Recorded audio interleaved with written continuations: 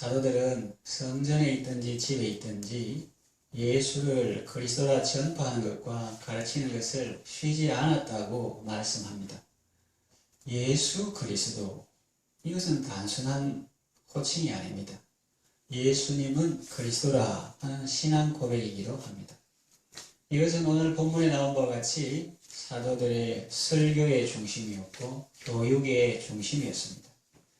예수는 그리스도, 이 말 속에 담긴 하나님의 은혜를 함께 받겠습니다. 예수는 그리스도라는 말은 어떤 의미입니까? 첫째로 제사장입니다. 사람은 하나님의 은혜 없이는 한순간도 살아갈 수 없는 존재입니다. 내가 보니까 잘만 살아가던데 그 사람, 이런 생각이 들 수도 있습니다. 그러나 그것은 동물적 삶이지 인간의 삶은 아닙니다.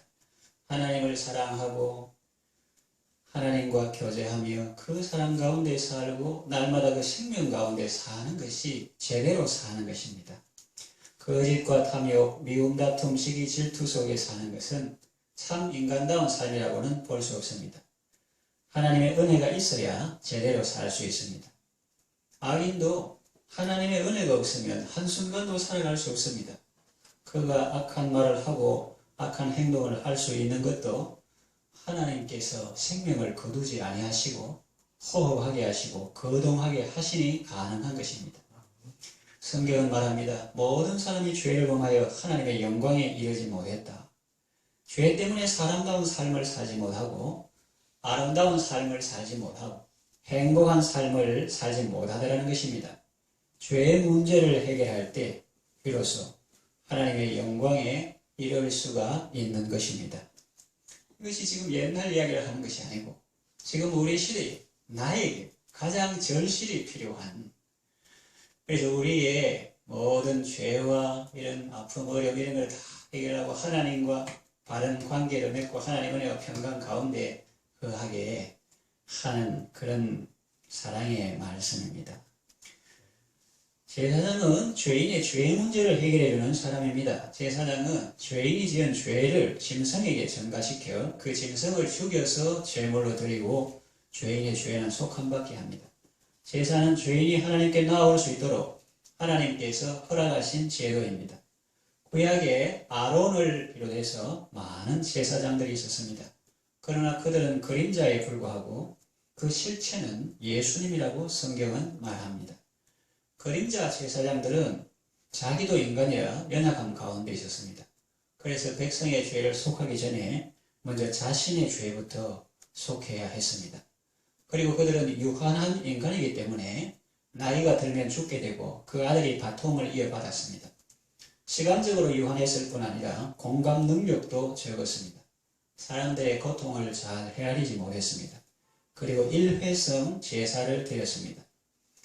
여기 위해서 우리의 참 대제사장이 되시는 예수님은 어떻습니까? 예수님은 그림자가 아닌 실체입니다. 죄가 없으신 하나님이십니다. 자신의 죄부터 먼저 속할 필요가 없었습니다. 그리고 영원하신 하나님이시기 때문에 그 직분이 갈리지 않습니다. 항상 살아서 우리를 위하여 간구하십니다. 그리고 우리의 연약함을 체휼하십니다. 동정하십니다. 그리고 향기로운 생축과 제물로 자신을 하나님께 드리고 하늘 성소에 단번에 들어가셨습니다.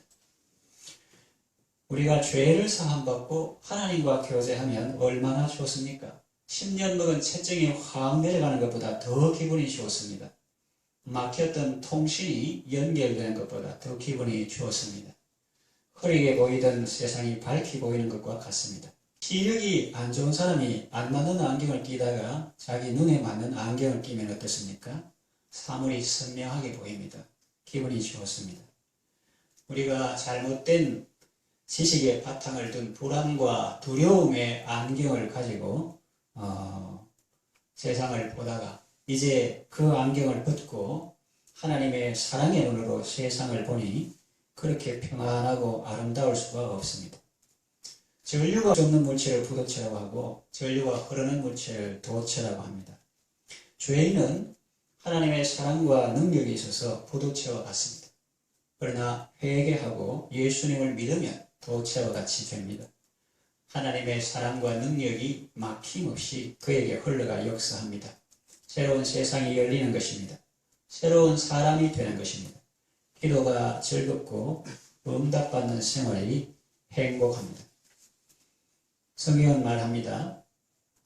이 제사장을 통해서 죄 사함 받는 것이 얼마나 큰가, 우리의 대제사장이신 예수님이 오늘 우리의 삶이 얼마나 중요한가, 이런 맥락에서 우리가 들을 수 있습니다. 성경에 보면 내가 내 마음에 죄악을 품으면 주께서 듣지 아니하시리라.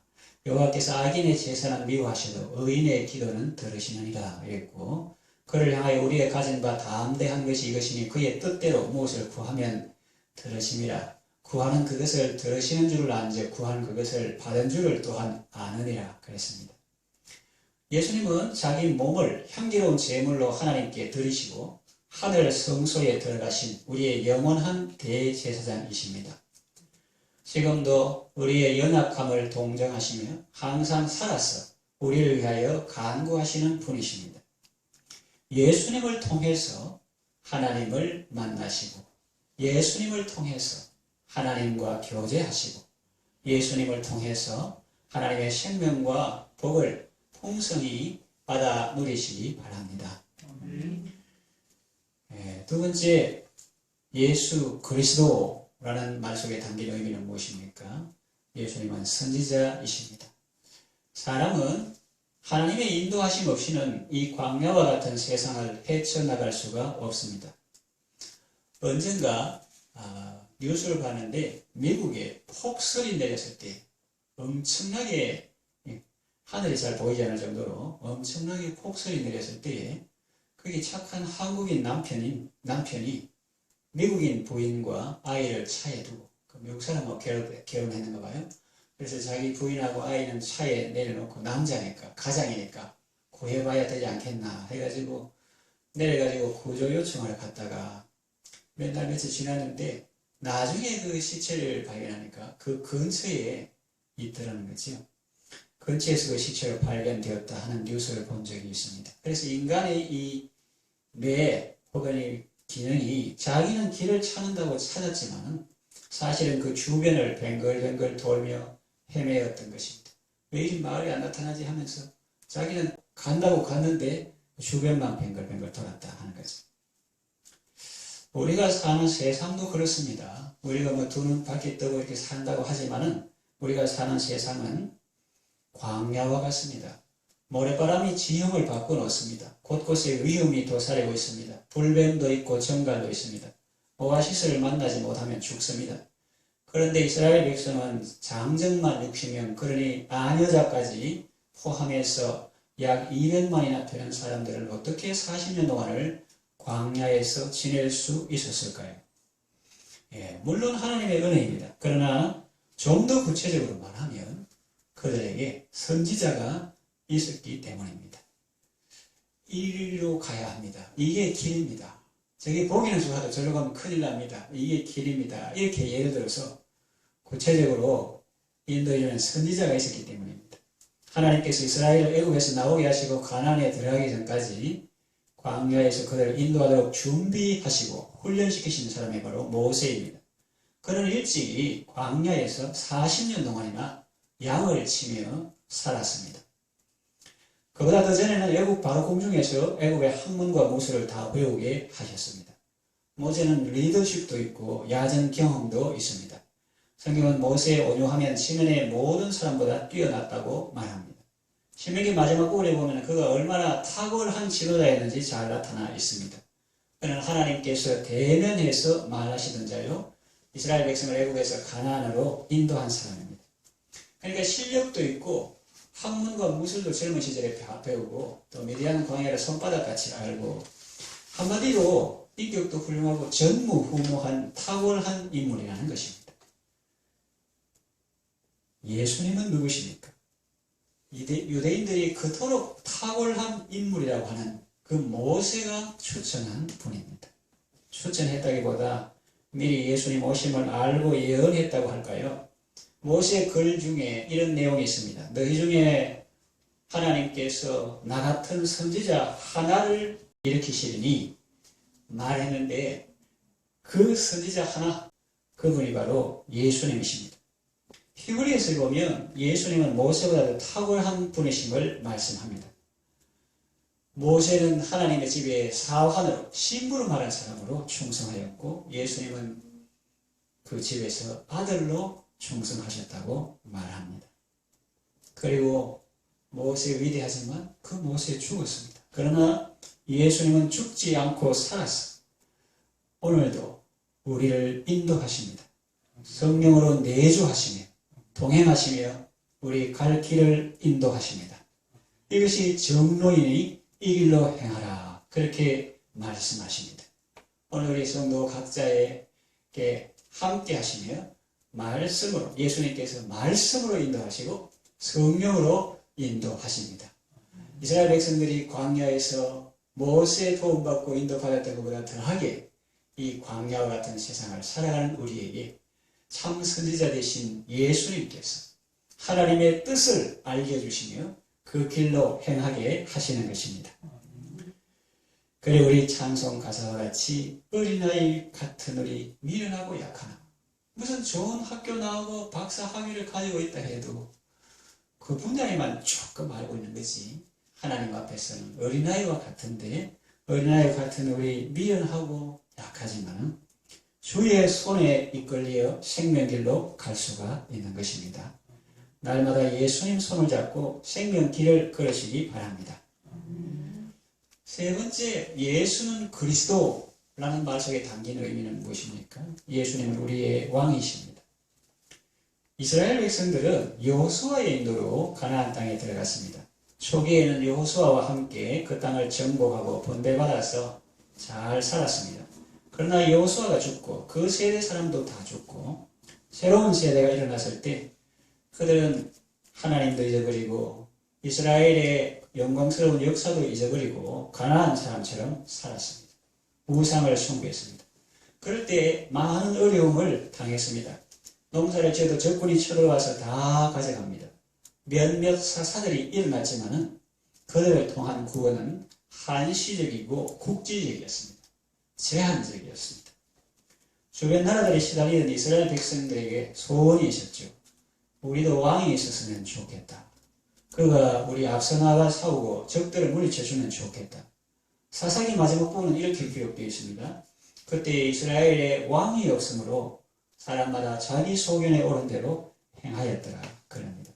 왕의 필요성을 은근히 내비치고 있습니다. 그러나 성경이 말하는 왕은 인간 왕이 아니었음을 그들은 나중에 알게 됩니다. 사무엘 때에 하나님께서 백성들의 요구를 받아들여 왕 제도를 허락하셨습니다. 많은 왕들이 북이스라엘과 남유다를 다스렸습니다. 그러나 그들은 하나님의 백성들을 잘 돌보지 못했습니다. 오히려 백성들을 힘들게 한 왕들도 있었습니다. 성군이라고 일컬어지는 다윗도 탐욕에 눈이 멀어서 충신을 죽이고 그의 아내를 빼앗는 만행을 저질렀습니다. 물론 나중에 선지자를 통한 하나님의 책망을 듣고 통렬히 회개하였습니다만 그 때문에 그 집에 칼이 떠나지 않았습니다. 왕자들의 난이 일어나고 아들의 반역으로 백성들이 나뉘어 많은 사람들이 내전으로 죽었습니다. 성군이라는 다윗도 그러한데 다른 사람은 말해 무엇하겠습니까? 그들은 우상 숭배로 하나님을 진노케 했고 무죄한 자의 피를 흘려 도시 끝에서 저 끝까지 피로 가득하게 하였고 또 백성을 죽이고 그의 포도원을 빼앗았습니다. 결국 북이스라엘은 아수르에 멸망하고 남유다는 바벨론에 의해 멸망했습니다. 하나님은 호세아를 통해서 말씀하십니다. 소선지서 호세아에 보면 이런 내용이 기록되어 있습니다. 내가 분노함으로 왕을 주었고 진노함으로 패하였노라. 백성들이 처음 왕을 구할 때 그들은 하나님께 반역한 것임을 깨닫고 회개하였습니다. 하나님을 잘 섬기고 그래 해라. 그렇게 하겠습니다. 그랬는데 백성들도 왕도 그 약속을 지키지 않았습니다. 왕정시대에 그래도 그나마 전성기가 있었다면 다윗 때가 아닐까 생각합니다. 군사적으로 주변국들을 복속시키고 나라의 제도와 신앙의 제도를 정비하고 솔로몬 시대 평화의 기초를 다 다져놓았습니다. 그래서 이스라엘 사람들은 고달플 때면 그 시절을 그리워했습니다. 우리가 쫓기고 힘들고 이렇지만 그때에 우리가 주변 나라를 복속시키고 조공을 받을 때도 있었다. 이렇게 그 시절을 그리워했습니다. 예수님은 누구십니까?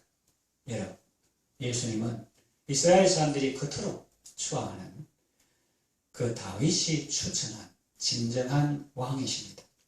아니, 추천했다기보다 그 자신이 실제로, 다윗 자신이 실제로 왕으로 모셨고 또 성령의 감동으로 우리에게 예언했다고 보기 더 좋은 표현이겠죠. 시편에 보면 이런 표현이 많이 나옵니다. 여호와는 나의 산성이요 방패시요 구원의 뿌리시다. 왕이신 나의 하나님. 이스라엘 왕인 다윗이 그렇게 하는 거예요. 왕이신 나의 하나님, 내가 주를 높이고 영원히 주의 이름을 송축하리이다.